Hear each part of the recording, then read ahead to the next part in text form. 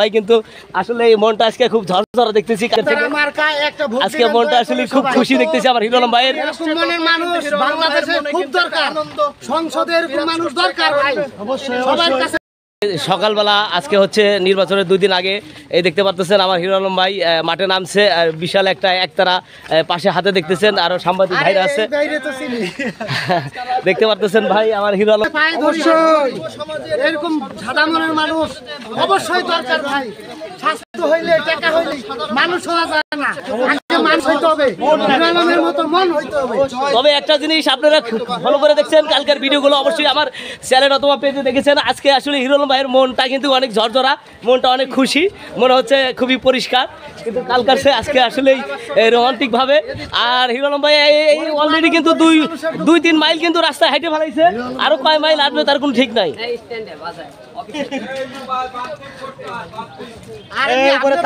আরেকজনের বউ নিয়ে মনে করেন যে ভাগ্য জানা লোকটা বেশি সুবিধা, লোকটা তো ভালো না। ওই যে ওই লোক কি করে কার বউ লাগছে, ওই লোক আরেকজনের বউ নিয়ে খালি ভাগ্য যায়। প্রিয় দর্শক ভাইরা, আমরা আসি নির্বাচনের পর পর্যন্ত হারা জেতা সব সময় আমরা আছি, আপনারা আমাদের পাশে ফলো করবেন ইনশাআল্লাহ অবশ্যই। আর আপনারা আমাদের ফলো করতে থাকুন, নির্বাচনের পরের দিন পর্যন্ত আমরা আসি বিজয় মিছিল করে, তারপর আমরা এখান থেকে যাব। এ পর্যন্ত আপনারা আমাদের সাথেই থাকবেন। প্রিয় দর্শক ভাইরা, অলরেডি 3 মাইল রাস্তা হেঁটে ফেলাইছে, রাস্তায় আরো কত মাইল হাঁটবে তার কোনো ঠিক নাই। আপনারা সবাই আমার ভাইয়ের জন্য দোয়া করবেন। ভয় লাগছে নির্বাচনের সময়, যে একটু ভয় লাগছে, কোনো ভয় নাই।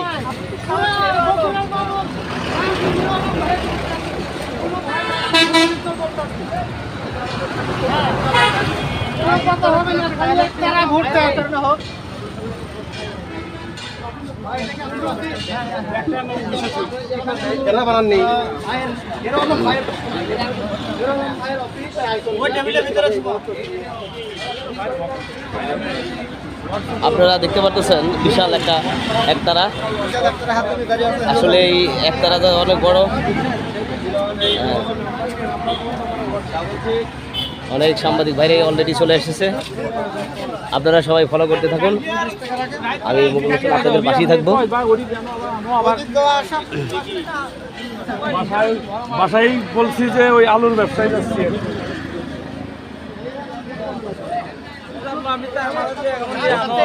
আমি একটু জানতে চাইবো, বড় ভাই আপনি কোথা থেকে এসেছেন? এই একটাকে আপনি নিজে বানিয়েছেন? ভাই আমি নিজে বানিয়ে আনছি আমার ভাইয়ের জন্য।